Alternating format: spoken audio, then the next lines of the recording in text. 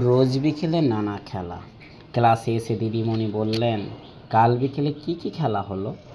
বিমল হেসে বলল, আমরা ফুটবল খেলেছি। তিতলি বলল, জানেন দিদি, ও খুব ভালো খেলে। ফুটবল খেলায় পায়ের কাজ অনেক বেশি, খুব ছুটতে হয়। হামিদ বলল, দিদি, আমরা ক্রিকেট খেলেছি। রিনা বলল, ক্রিকেট খেলায় হাত ও পা দুয়েরই অনেক কাজ, তাই না দিদি?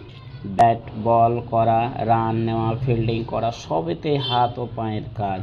রিনা বলল, আমরা কাল এক্কা দোক্কা খেলেছি। এক পায়ে লাফাতে গেলে পায়ের কাজ আরও বেশি হয়।